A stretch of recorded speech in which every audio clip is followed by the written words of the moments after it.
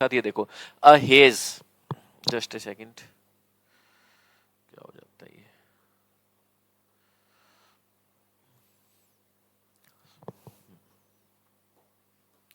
चलिए, हाँ जी देखो क्या लिखा हुआ है बेटा, a haze of panic blurred my vision, something terrible was close to dash. Haze का मतलब होता है कोई पैनिक, क्या कोई झोंका, पैनिक हुआ, ब्लर्ड माई विजन, मेरी विजन को ब्लर कर दिया, कुछ पैनिक सा हुआ, समथिंग ऐसा कुछ टेरिबल खतरनाक, was close to dash. To एक प्रीपोजिशन है बेटा, यहाँ पे टू प्लस वी वन वाला नहीं है, कई लोग सोचते हैं टू के बाद तो वी वन आती है, पर वी वन तो ऑप्शन में नहीं है, देखो टू के बाद बेस फॉर्म वाली वी वन आती है, अगर ये टू प्रीपोजिशन वाला नहीं होता। एक इन्फिनेटिव वाला टू होता है बेटा, जो टू प्लस वी वन, जिसे एडवांस वर्ब कहते हैं, infinitive to plus V one, ये पूरा नाउन बनकर बैठ जाता है। एक होता है बेटा जेरेंड, ठीक है, इसके बारे में आप सीख लो, कोई भी वर्ब है, आई वॉन्ट, और इसके बाद आना है ऑब्जेक्ट, पर वो दे देता है examiner verb, I want play, तो ऐसे तो दो वर्ब एक साथ होगी, पर ये जगह किसकी है, नाउन की, तो किसी भी V1 को नाउन कैसे बनाया जाए ये सीख लो। ये नहीं आप प्ले की जगह कार लिख दोगे, बिना बनाना तो ऐसे ही पड़ेगा ना, मैं चाहता हूं खेलना, कार नहीं खेलना, तो इसे नाउन बनाना पड़ेगा, क्योंकि वर्ब तो एक ही आ सकती है एक क्लोज में। तो किसी भी V1 को नाउन बनाना, या तो उसके आगे क्या लगा दिया जाए बेटा, टू, या उसके पीछे क्या लगा दिया जाए बेटा, ING। दो तरीके हैं आपको, ठीक है, क्या करने के, या तो किसी के आगे टू प्लस वी वन, या फिर V1 प्लस ING, दो मेथड है आपको नाउन बनाने के। और याद रखो प्रीपोजिशन के बाद भी आपको पता है नाउन आते हैं। देखो स्टूडेंट्स, जस्ट सेकंड, क्या हो गया ये,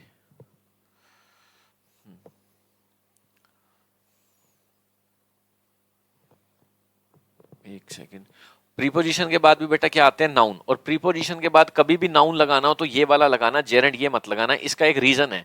जैसे मैंने बोला बेटा, आई एम फॉन्ड ऑफ सिंग, अब सिंग वर्ब है और यहाँ प्रीपोजिशन लगती है नाउन से पहले, अब इसको नाउन बनाना है, अगर आप ये इस तरीके से नाउन बनाओगे तो ऐसा लगेगा ये भी प्रीपोजिशन ये भी प्रीपोजिशन, तो प्रीपोजिशन के बाद ज्यादातर जेरेंड की सेंस आती है, वो यूज किया करो, ठीक है।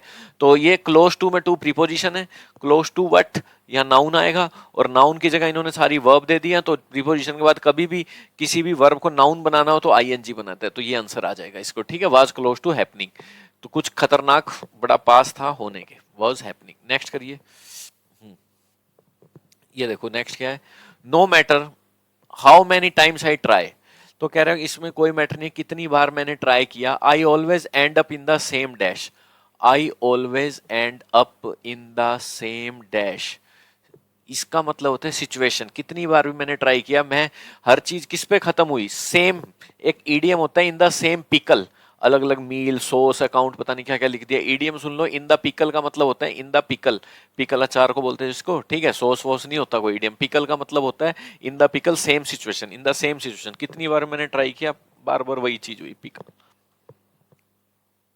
ये करिए,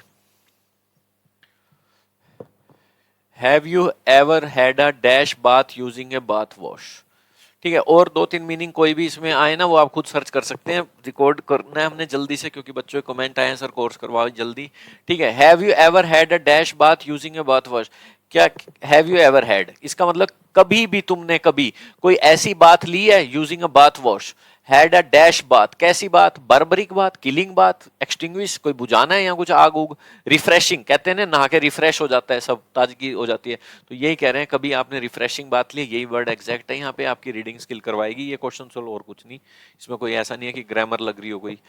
the dash of revenge demanded a life for life, क्या कह रहे हैं, the dash of revenge demanded a life for life, revenge का मतलब होता है बदला, बदला जो होता है यही होता है जिंदगी के बदले जिंदगी, तो क्या cheering of revenge, morning of revenge, morning का मतलब होता है किसी के लिए रोना वगैरह, क्रोनिंग का मतलब किसी का मुकुट वगैरह लगाना, किसी का राज्य अभिषेक करना, ओब्लिगेशन ऑफ रिवेंज, हाँ रिस्पॉन्सिबिलिटी कह सकते हो, ओब्लिगेशन वर्ड आप यूज कर सकते हो, ओब्लिगेशन का मतलब होता है बेटा रिस्पॉन्सिबिलिटी, क्या होता है रिस्पॉन्सिबिलिटी, तो ये सही वर्ड है यहाँ पे, ठीक है, कि जिम्मेदारी है, रिवेंज में एक आपका क्या कहते हैं रिस्पॉन्सिबिलिटी है, अगर आपको बदला क्या डिमांड करता है, ओब्लिगेशन जितनी भी जिम्मेदारी है रेवेंज लेने की, किसी से बदला लेना आपकी रिस्पॉन्सिबिलिटी बनती है, जिंदगी के बदले जिंदगी, मतलब यही होता है भाई रेवेंज में, तो यही होता है आपके ऊपर एक रिस्पॉन्सिबिलिटी है, जिम्मेदारी है, करना ही पड़ेगा, अगर आपको किसी से बदला लेना है तो उसकी जिंदगी ली है किसी ने उसकी, तो आपने भी उसकी लेनी पड़ेगी, साउथ की मूवीज में दिखाते हैं ज्यादातर। My heart dash hard bumping the broken glass nicked by sharp edges, nicked का बाय का मतलब होता है देखो किसी के द्वारा कट लग जाना, बम्पिंग का मतलब होता है किसी की चीज टक्कर खा जाना, किसी ग्लास पे, किसी चीज पे। तो कह रहे हैं माई हर्ट डैश हार्ड। हाँ, जब ये ब्रोकन ग्लास के टूटे हुए थे उस पर टकरा गया, शार्प एज भी थी उसमें, कट लग गया। तो हर्ट क्या होता है? इनिबिटेड, किसी को रोकना, लिफ्टेड, थंडर तूफान, थंप, आवाज नहीं आती हर्ट में से बीट की, थंप, उसे कहते हैं थंप्ड। माई हर्ट थंप्ड, ये सही वर्ड है यहाँ पे। ये करिए। हाँ जी, ये कर सकते हैं आप। ए डिसकॉन्सोलेट अर्जुन, डिसकॉन्सोलेट का मतलब होता है जो मतलब संतुष्ट नहीं है। Arjun dash is way back down the mountain, ये विशेषता है बस इसकी, और कोई दिक्कत नहीं है इसमें। अर्जुन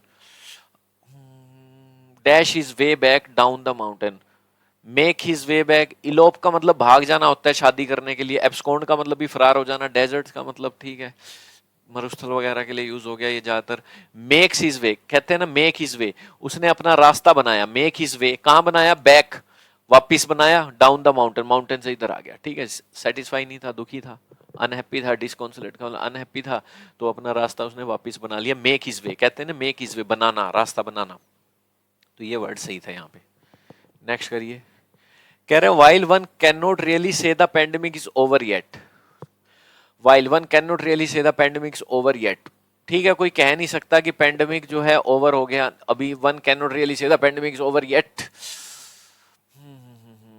कोई भी नहीं कह सकता अभी कि पेंडेमिक ओवर हो गया। इट इज अभी पूरी तरह से पेंडेमिक गया नहीं है, तो ये बड़ा सेंसिबल डिसीजन है to now dash to the older system. Decision है कि हम पुराने सिस्टम पे ही रहें, मास्क वगैरह लगाएं, क्योंकि अभी पेंडेमिक एंड नहीं हुआ, तो पुराने सिस्टम पे ही रहें, पुराने सिस्टम की तरफ ही लौटें। कॉम्प्रीहेंड का मतलब समझना होता है, सिंपेथाइज पता ही होता है, सिंपेथी दिखाना। स्टिक का मतलब होता है कोई चीज चिपकाना। रिवर्ट बिल्कुल सही है, रिवर्ट का मतलब होता है बेटा return, return to the older state, return to the previous state, किसी प्रीवियस स्टेट पे लौटना इज आपका रिटर्न। ठीक है, वो रिवर्ट होता है, सॉरी। तो यही कह रहे हैं अभी पेंडेमिक ओवर नहीं हुआ है, तो ये सेंसिबल रहेगा कि पुरानी चीज पे हम रहें। नेक्स्ट,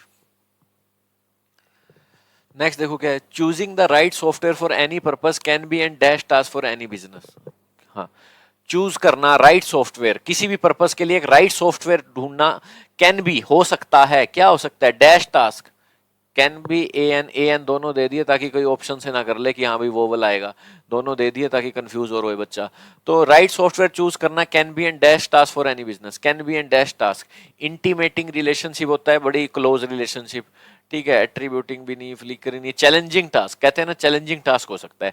भाई राइट सॉफ्टवेयर ढूंढना है तो ये बड़ा आपका चैलेंजिंग टास्क है, राइट लोग नहीं मिल पाते हैं कभी भी कोई बिजनेस में, तो सही बात है, challenging task is a right word. बाकी आप सर्च कर लेना, इधर उधर के वर्ड हैं। ठीक है, next.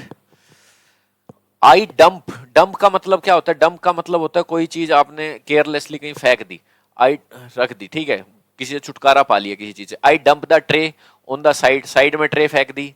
And start dash up the dishwasher, and start dash up the dishwasher, dishwasher एक मशीन सी होती है, जैसे वॉशिंग मशीन में कपड़े डालते हैं, डिश वॉशर में बर्तन वगैरह डालते हैं। And start dash up the, start loading up, alienating का मतलब नहीं हो सकता यहाँ पे, अपब्रिंगिंग नहीं है, टेंट यही है, लोडिंग अप। लोड अप का मतलब होता है किसी में सामान भरना, लोड नहीं कर देते उसमें, बर्तन रख देते हैं डिश वॉशर में। ठीक है, ट्रे साइड में रखी और स्टार्ट कर दिया लोड करना डिश वॉशर को, लोड ही करते हैं उसमें, जैसे मशीन में कपड़े डालते हैं, लोड करते हैं, डालते हैं। ठीक है, वैसे ही वर्ड है ये। नेक्स्ट, ये क्या है? लिसन वेब, ये एक मेडिक दवाई है, ये कोई जैसे paracetamol. Was recently reported to have a small but dash effect in reducing cognitive decline. कह रहे हैं इसमें रिसेंटली रिपोर्ट आई है कि इसमें स्मॉल, छोटा, लेकिन अच्छा खासा इफेक्ट होता है रिड्यूस करने में। क्या रिड्यूस करने में? किसी बच्चे की कोग्निटिव डिक्लाइन, कोग्निटिव मतलब होता है, कोग्निटिव थिंकिंग का मतलब होता है ब्रेन से रिलेटेड थिंकिंग होती है, जिसका माइंड रीजनिंग पावर जिसकी अच्छी होती है तो कहते हैं कोग्निटिव थिंकिंग अच्छी है इसकी, जिसकी कम हो जाती है सोचने समझने की शक्ति तो कोग्निटिव थिंकिंग उसकी बेकार हो गई है। तो यहाँ पे सिंपल है cognitive decline, cognitive decline, decline decline ऐसे हो गया। ठीक है, तो यही है simple, but dash effect, significant effect कह सकते हो, बट सिग्निफिकेंट इफेक्ट। हाँ, स्मॉल, छोटा, लेकिन अच्छा खासा इफेक्ट डालती है ये दवाई। ठीक है, ये सुधारने में, कोग्निटिव जो उसका दिमाग डिक्लाइन हो रहा है उसे रिड्यूस कर देती है। ठीक है, अच्छे खासा ड्रग है ये, बस मेडिकल ड्रग है, ब्रेन से रिलेटेड दवाई है कोई। तो यही है, have a small but significant effect. Significant का मतलब होता है अच्छा खासा इफेक्ट, जो दिखे, इंपॉर्टेंट। तो ये वर्ड्स एग्जैक्ट यहाँ फिट बैठता है। नेक्स्ट कीजिए। He was rewarded for his meekness. Meekness के कई मीनिंग होते हैं। मीकनेस का मतलब होता है जो दब के रहे, सबमिसिव, या पेशेंस भी होता है। उसे रिवॉर्ड किया गया उसकी पेशेंस के लिए, क्योंकि यहाँ दब्बूपन के लिए तो क्या, उसे मीक आदमी वो होता है जो दब जाए, सबमिसिव, हर एक के आगे झुक जाए।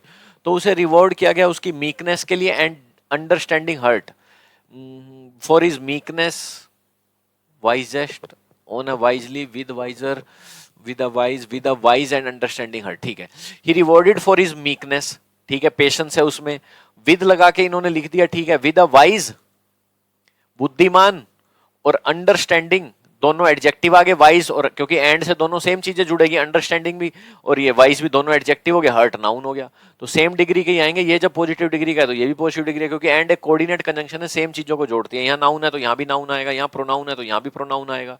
ओके बच्चों, तो ये बिल्कुल सही है, विद अ वाइज। और कोई सेंस आ नहीं रही, wiser, with a wise, on a wisely, adverb लगा दिया। यहाँ पे भी एक एडजेक्टिव चाहिए, विद लगा के प्रीपोजिशन, नाउन तो आएगा विद के लिए, हर्ट नाउन आ गया, प्रीपोजिशन आ गया, नाउन आ गया, फ्री में एडजेक्टिव लगे रहते हैं। कोई भी प्रीपोजिशन आती है तो नाउन आते हैं, नाउन के साथ एडजेक्टिव लगे रहते हैं। वाइज एंड अंडरस्टैंडिंग हर्ट, वो भाई रिवॉर्ड किया गया, उसकी पेशेंस है और एक अंडरस्टैंडिंग और बुद्धि वाला हर्ट है, उसके बाद दिल है। नेक्स्ट, समझदार है वो, मीन्स ये करिए। Dash on the silver tray like a white snake, the wedding garland was as thick as my forearm। तो कह रहे dash on the silver tray like a white snake. Silver की कोई ट्रे थी, उसमें कोई माला आई है गले में पहनाने वाली, लाइक अ वाइट स्नेक, जैसे कोई सफेद सांप हो। द वेडिंग गार्लैंड, ये जो माला होती है शादी की, इतनी मोटी थी जैसे कि मेरा कोई फोर आर्म हो, फोर आर्म होता है जैसे ये, ठीक है। सिल्वर ट्रे पे एक व्हाइट स्नेक की तरह लिपटी हुई थी। स्नेक ऐसे घुमावदार लिपटा रहता है ना, तो repeated on A silver tray, नहीं लाइक अ व्हाइट स्नेक। को सर्कुलेट का मतलब तो ये होता है इधर से उधर कुछ पास होना, ब्लड का सर्कुलेट होना। कोइल्ड सही है, कोयल वर्ड एग्जैक्ट है। राउंड शेप में कोई चीज ऐसे लिपटी हुई है ना, तो कोइल्ड आएगा। तो सिल्वर ट्रे पे थी जैसे कोई स्नेक हो, वेडिंग गार्लैंड के लिए आया। ये क्या थी? कोइल्ड। अब ये कैसे पता लगा कोइल्ड क्या थी? जब भी ऐसे कोमा लगा के देना, इस पास्ट पार्टिसिपल का रिलेशन इससे होता है। जैसे प्रेजेंट पार्टिसिपल से भी एक सेंटेंस, ये पैसिव सेंस में होता है, ये बस एक्टिव सेंस में होता है। जैसे मैंने बोला seeing a lion she jumped into a river. अब ये सी किसने देखा है? ये कोमा के बाद ही शी ने देखा है। ऐसी क्या कोइल्ड थी सिल्वर ट्रे पे? ये वेडिंग गार्लैंड कोइल्ड थी, ये लिपटी हुई थी। इसका पास्ट पार्टिसिपल का रिलेशन इसमें, बस ये पैसिव सेंस में होता है तो थर्ड फॉर्म का होता है या आईएनजी का होता है यही। क्या कोइल्ड थी सिल्वर ट्रे पे व्हाइट स्नेक की तरह? ये वेडिंग की वाली माला, वरमाला कहते हैं जिसे। नेक्स्ट क्या देखो, David always kept his dash open for anything that might put them at risk. David always kept his for anything that might put them at risk. Always kept his open for that put them at risk. हाँ भाई, कोई चीज है, खतरा आ सकता है आप पे, इसलिए डेविड नाम का बंदा है, वो हमेशा बिल्कुल अटेंशन में रहता है, तो इसे कहते हैं ईगल आई। ईगल आई का मतलब होता है बिल्कुल ध्यान देता रहता है, कोई कुछ रिस्क ना हो जो ध्यान देने रहा है, ऐसे ध्यान देता रहता है। तो ये ईडीएम होता है ईगल आई, क्लोज सर्विलेंस पे है भाई पूरा। ठीक है, नेक्स्ट देखो क्या है, बिल्कुल ध्यान देना, eagle I. Next, Howard tried to speak but all that came out was an dash squeaky gargle। squeaky का मतलब होता है ची ची जैसी आवाज, गार्गल का मतलब गरारे। वो बोलना तो चाहता था पर जो भी चीज बाहर आ रही थी, वो एक क्या बाहर आ रही थी? बोलना तो चाहता था पर एक ची ची की आवाज सामने बाहर आ रही थी, गरारे के type. That came out was an, an लगा हुआ है, एन लगा हुआ है तो ये तो आएगा नहीं, ये तो आएगा नहीं, सॉरी इम्प्लॉसिबल आ सकता है, बस इसका मतलब कुछ और होता है। इम्प्लॉसिबल का मतलब होता है, प्लॉसिबल का मतलब प्रैक्टिकल जो सक्सेस हो जाएगा, इम्प्लॉसिबल जो सक्सेस नहीं हो पाएगा। ठीक है, तो अब आपका यहाँ पे क्या लगाएं, इजी लगाएं या फिर इनआर्टिकुलेट लगाएं? बस यही दो सेंस है बेटा, अब बताओ। हाँ, तो इसमें मैं आपको बता दूं बेटा, आपने लगाना है इनआर्टिकुलेट। इनआर्टिकुलेट का मतलब सीख लो, आर्टिकुलेट का मतलब भी सिखा दूंगे। आर्टिकुलेट का मतलब होता है इजीली एक्सप्रेस, जो आसानी से समझ आ जाए, एक्सप्रेस्ड क्लियरली, आर्टिकुलेट। इनआर्टिकुलेट जो समझना है, कह तो रहे हैं वो बोलना तो चाहता था पर ऐसे लग रहा था चीची की आवाज निकल रही गरारे करते हुए जैसे होती है, आर्टिकुलेट। इनआर्टिकुलेट बिल्कुल सही है और कोई सेंस इसमें है नहीं। ठीक है, समझ ही नहीं आ रहा था किसी को क्या बोलना चाहता। नेक्स्ट देखो क्या है, we can usefully distinguish 4 types of claims that have been traditionally made using the dash. कह रहे हैं हम कर सकते हैं, वी कैन। डिस्टिंग्विश का मतलब होता है किसी चीज में डिफरेंस निकालना, डिस्टिंग्विश किसी चीज में डिफरेंस निकालना। हम आसानी से अच्छे से डिस्टिंग्विश कर सकते हैं 4 टाइप्स ऑफ क्लेम, 4 टाइप के जो दावे होते हैं उनमें हम आसानी से डिफरेंस निकाल सकते हैं। That have been traditionally made, जो कि ट्रेडिशनली पहले से किए जा चुके हैं, using the dash, using the collateral, collateral संपत्ति होती है तो गिरवी रखते हैं, कुछ घर गिरवी रख दिया लोन लेने के लिए कुछ। Traditionally made using the application, nuance का मतलब होता है किन्हीं दो चीजों में थोड़ा बहुत डिफरेंस, जैसे दो लोग सेम है थोड़ा बहुत डिफरेंस है रंग में, नुएंस थोड़ा बहुत small difference in something. Expression human nature, ठीक है, मेड यूजिंग द एक्सप्रेशन,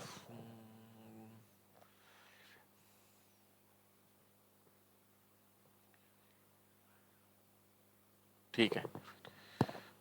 कह रहे हैं हम डिस्टिंग्विश कर सकते हैं चार तरह के जो क्लेम होते हैं जो ट्रेडिशनली किए गए हैं यूजिंग द एक्सप्रेशन। कौन सा एक्सप्रेशन? यूजिंग द एक्सप्रेशन कह रहे हैं, कौन सा expression? Human nature is the expression. ये देखो एक्सप्रेशन बोल दिया, एक्सप्रेशन, यूजिंग द एक्सप्रेशन। हाँ, जो भी लोग एक्सप्रेस करते थे, ठीक है, उनका दावा क्या एक्सप्रेस कर रहे हैं, किस तरह से अपने आप को ढाल दिखा रहे हैं, डेट इज, ठीक है, इन्वर्टेड कोमा में लिख दिया ह्यूमन नेचर की, वो उनका नेचर देख के क्या एक्सप्रेस करते हैं, तो बता भी दिया एक्सप्रेशन और ह्यूमन नेचर एक ही चीज बता दी कि इसी को कह रहे हैं ये, ठीक है।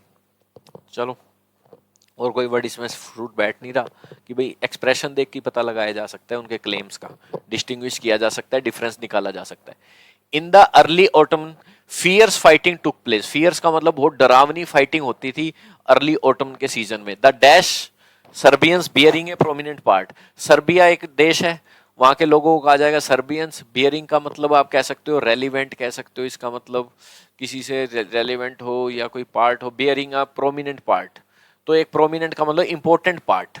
द डैश सर्बियन, तो कह रहे हैं फियर्स फाइटिंग होती थी, तो डैश सर्बियन, सर्बियन ना अपने बहादुरी के लिए जाने जाते थे, तो ये प्रोमिनेंट पार्ट से ही पता लग रहा है, प्रोमिनेंट का मतलब important part.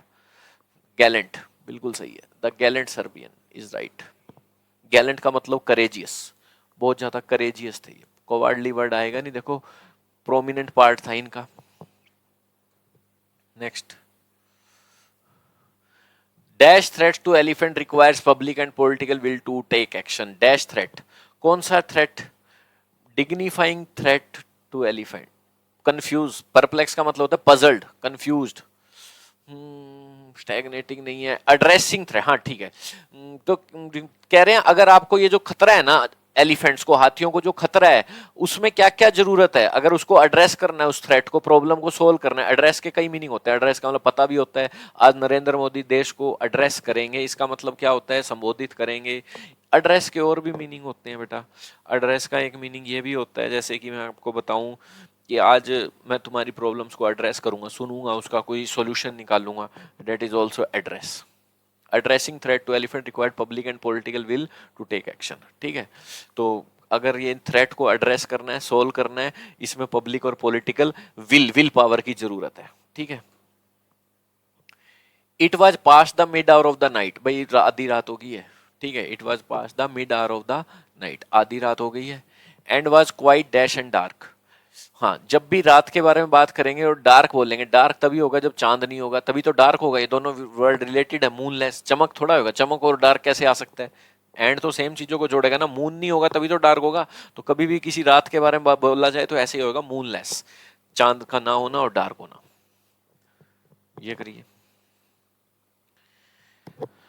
We are the creative force of our life, हम अपनी लाइफ की क्रिएटिव फोर्स है, हम अपनी लाइफ को क्रिएट करते हैं अच्छे डिसीजन लेके, and through our own decision rather than our condition, तो अपने डिसीजंस के थ्रू, ना कि अपनी कंडीशन की हम कहां पैदा हुए कैसे हुए।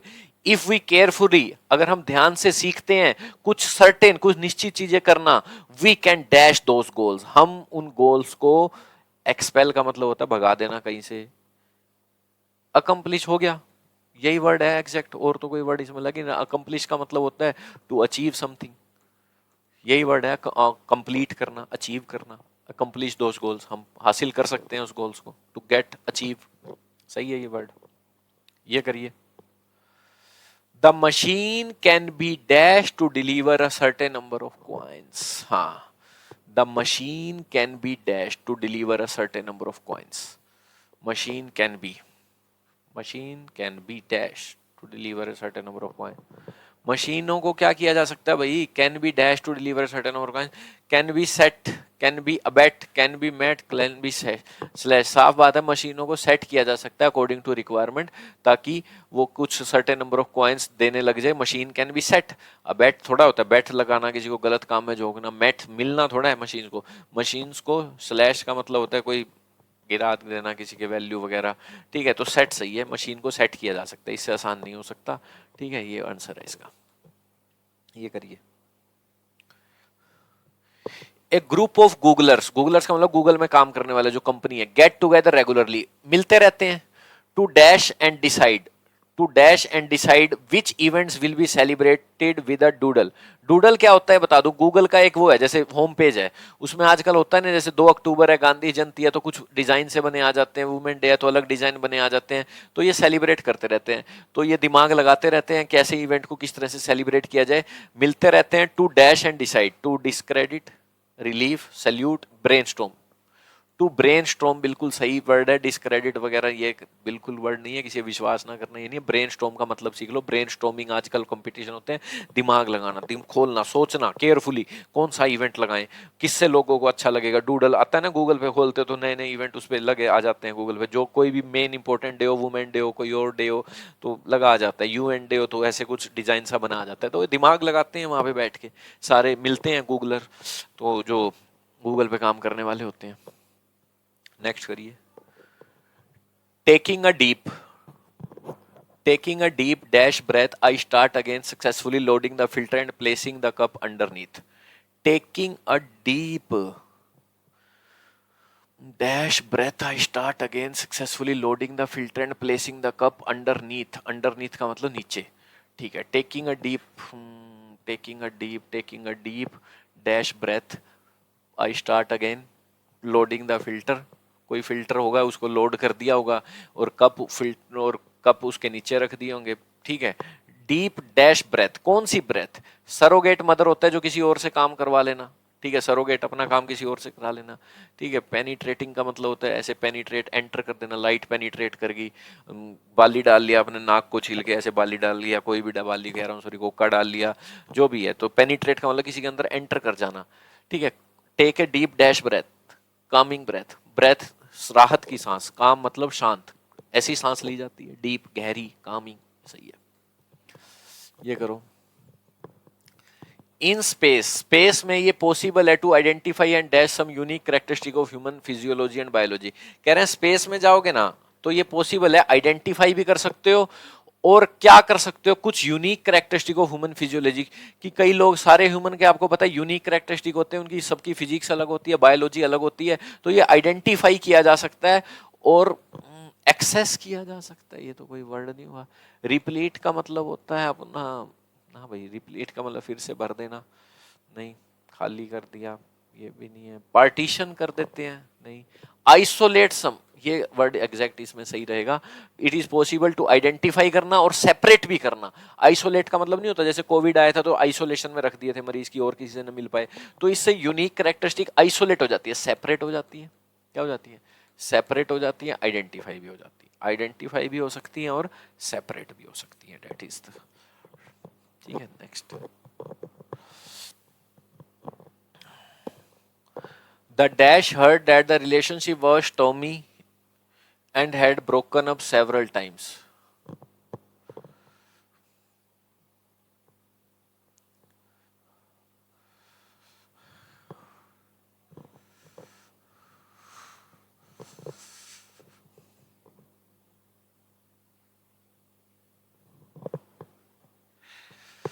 The dash heard that the relationship जो थी stormy थी and broken up several times. कुछ लोग हैं उन्होंने सुना, heard,